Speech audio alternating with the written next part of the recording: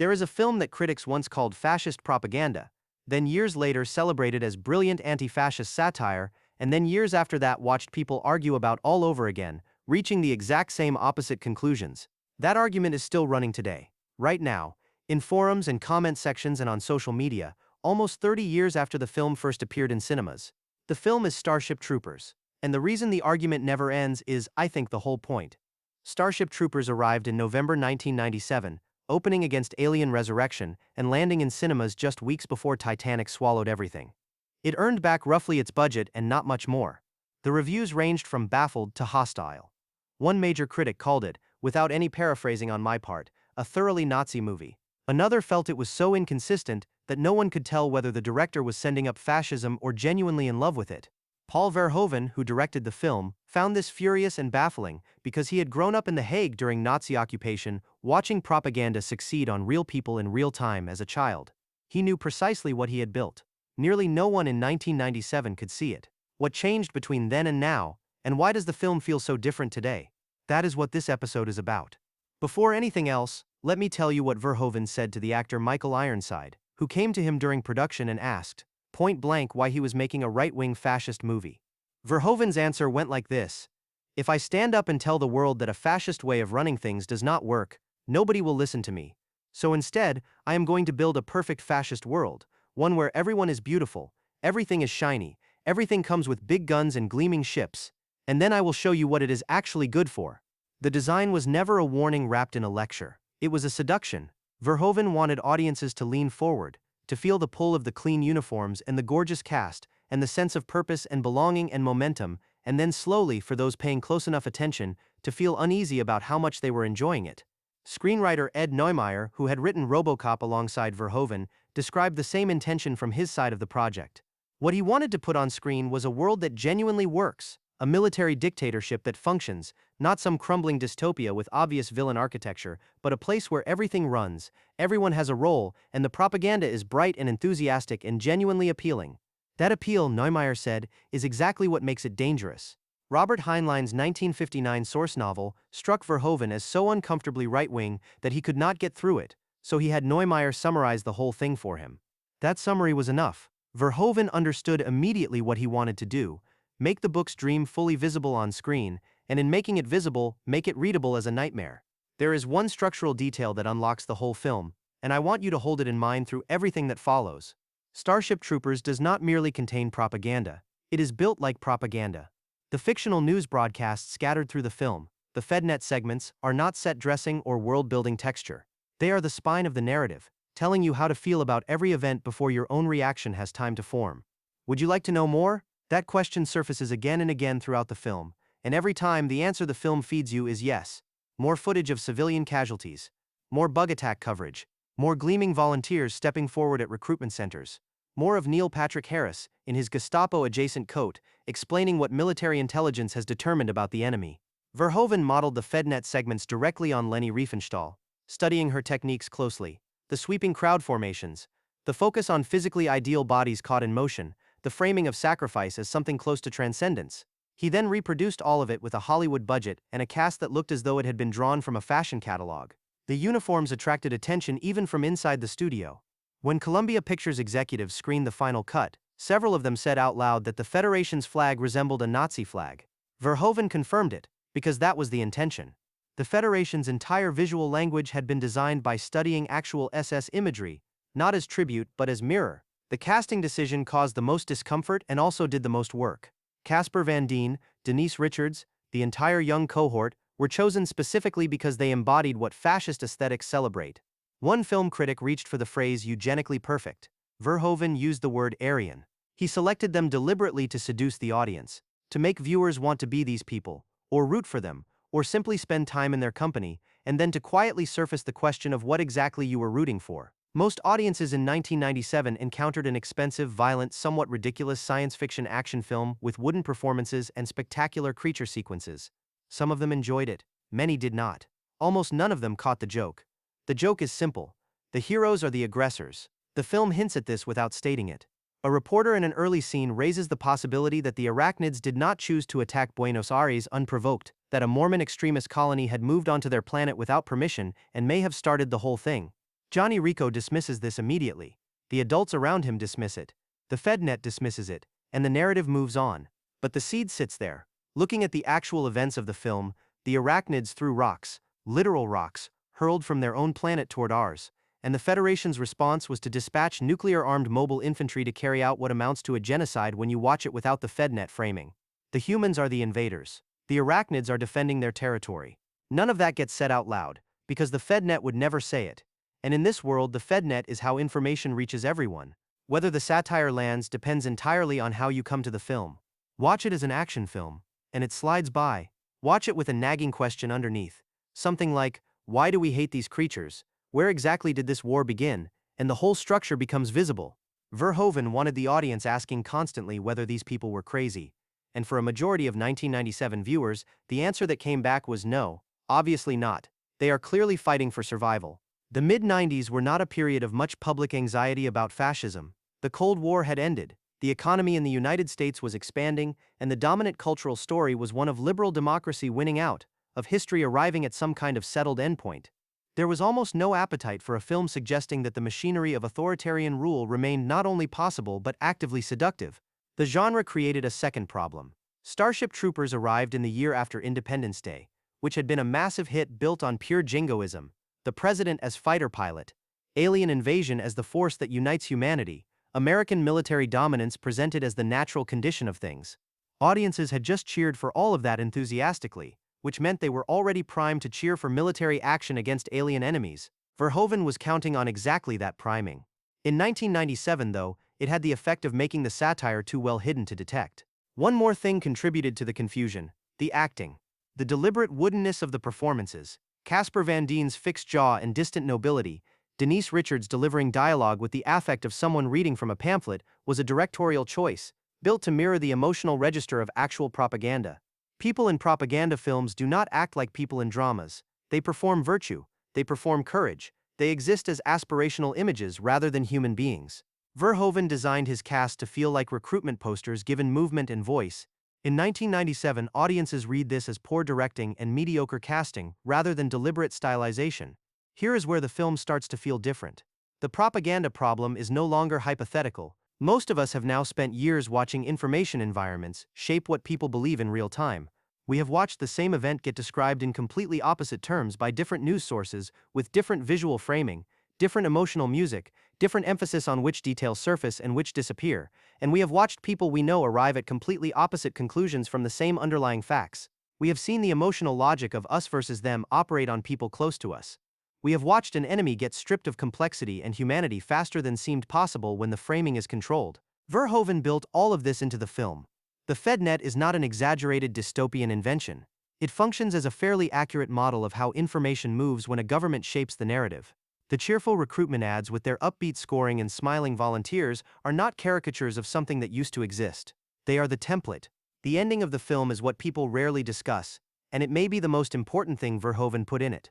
Johnny Rico, Carmen, and Carl, the three friends followed from high school through basic training and into the war, appear together in a FedNet broadcast near the film's close. They are the heroes. They have survived. And in the final minutes they become the face of the system they served. Their suffering, their losses, their hard-won experience all get compressed into a recruitment poster, into smiling faces designed to pull the next wave of volunteers forward. The film ends not with its characters questioning what they were part of, but with them absorbed into it, their images turned into content. There is no rebel in this film. No character who sees through the machine and refuses it. The people who survived genuine horror came out the other side still inside the dream, still performing it for the camera. Verhoeven said this was the most honest thing he could do, because this is how it actually works. It does not break the people who survive, it promotes them. There is one specific sequence near the beginning of the film that most viewers glide past, but that reframes everything once you catch it. Before anyone has shipped out, Johnny Rico is sitting in a biology class. The teacher is dissecting a bug, not an arachnid from space, just a terrestrial insect, a classroom specimen. The lesson covers how insects communicate and function. Students treat the whole thing as routine, something to be studied by taking it apart. A few scenes later, Rico and Carmen are in a more advanced class dissecting an actual arachnid with exactly the same energy and exactly the same framing. Without stating anything directly, the film has placed these creatures, the ones its characters will be sent to kill, on the same level as a frog in a tray. They are objects of study. They belong to a different category. The key moment arrives when a student asks whether the bugs can feel pain. The teacher answers with cheerful certainty, "We do not know, and it does not really matter." The exchange lasts about 20 seconds, easy to miss completely, and it is the ethical center of the entire film compressed into a throwaway classroom moment. Near the film's close, Carl, now wearing his Gestapo coat, fully transformed from the awkward friend of the opening act into something colder and more calculated, presses his hand against the captured brain bug and announces with genuine triumph that it is afraid. The crowd cheers. The troopers cheer. The film invites you to cheer. The enemy is afraid. We are winning. But the brain bug is afraid, which means it can experience fear, which means the classroom question from earlier in the film has been quietly answered. And the answer the world of Starship Troopers gives, without ever acknowledging it, is that the capacity to suffer still does not matter when the narrative has already decided what something is. That is the film's real question, and it never surfaces it directly. At what point does an enemy's capacity to feel become relevant, and what does it say about the people cheering if the answer turns out to be never? It helps to understand where Verhoeven had been before he arrived at this project. RoboCop, released in 1987, followed a dead cop brought back as a corporate product, and used fake news advertisements to map how media reshapes the emotional landscape of a society. Those advertisements got laughs in 1987. People watching them now tend to go quiet rather than laugh. Total Recall, 3 years later, buried a story about a corporation that had seized control of the air supply on a colonized planet and charged people to breathe inside a film that looked like a straightforward action picture. Verhoeven planted that detail and left it there without comment. By the time he reached Starship Troopers, the method had fully formed. Take the thing you actually want to say. Wrap it inside something that reads as a genre film. Make the genre elements genuinely work, exciting, visually alive, emotionally engaging enough that the film functions as entertainment on its own terms, and then place the other thing underneath it, the thing that nags, the thing that once you notice you cannot stop noticing. That double commitment is harder to sustain than it sounds. The action sequences in Starship Troopers are not winking at the audience. The deaths carry actual weight. The bonds between the troopers do not feel hollow or performed. These are real enough that you care what happens to the characters, even as the film is methodically building a case that the system these characters serve is built on something monstrous. Holding both of those things simultaneously without letting either collapse is what separates this film from one that simply states fascism is bad and expects applause for saying it. Verhoeven did not set out to make a film that was comfortable or safe to watch. He wanted to make you complicit, to hand you the entertainment you arrived for, and then ask what you had agreed to by enjoying it. He had watched real propaganda succeed on real people. He understood that it does not succeed by being ugly. It succeeds by being beautiful. There is a way of describing this film that I think gets it exactly right. Starship Troopers is a litmus test. Watch it and come away thinking it is a great action film about humanity defeating the alien threat, and you have just experienced exactly how propaganda functions. The seduction worked on you, which is not an insult, because Verhoeven designed it to work. He made the film beautiful and exciting and kinetic on purpose, because only a seduction that genuinely succeeds can show the audience what seduction feels like from inside it. Watch it and feel the discomfort building. Noticing the uniforms, the dehumanizing language around the arachnids, the complete absence of any perspective from the bugs themselves, the cheerful relish with which violence gets celebrated, and you are watching the satire. You are seeing what Verhoeven put there. Both of these are genuine responses to the same film, but only one of them is seeing the film. What makes Starship Troopers genuinely unusual is that most satires announce their intentions. Dr. Strangelove signals fairly early that nuclear doctrine is its target. Network never lets you forget for a moment that it is furious at television. Starship Troopers withholds that signal entirely, plays everything straight with such commitment that it continues generating real arguments about its meaning from people who have watched it multiple times and still cannot agree. One of the strangest things about Starship Troopers is watching it with other people and realizing somewhere in the middle that you are each watching different films. The film is genuinely exciting in stretches. The bug ambush at Whiskey Outpost, where the Federation forces realize too late that the arachnids had anticipated their position, is a well-constructed and visceral sequence. Dizzy's death carries real weight. The dynamic between Johnny and Carmen and the decisions each of them makes under pressure has actual emotional material in it, even wrapped in all that deliberate artifice. Verhoeven was not making a tedious film to land a point. He was making a good film with a point running underneath it. Rewatching it now, you receive both of these things simultaneously: the crafted sequences and the strangely affecting moments alongside the slow accumulation of discomfort, the beauty of what is on screen alongside the ugliness of what that beauty is depicting. It is a film that asks you to hold two thoughts at once: this is enjoyable and what am I enjoying? And it refuses to dissolve that tension for you. The tension stays.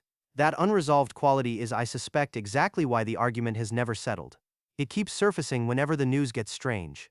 Not because someone finally cracked a hidden meaning, but because the discomfort the film produces does not have an obvious release valve. It just sits there, which is precisely where Verhoeven intended to leave it. There is one more group that deserves attention. The people who were perhaps most upset of all when this film came out. Not the critics who called it fascist. Not the audiences who found it baffling.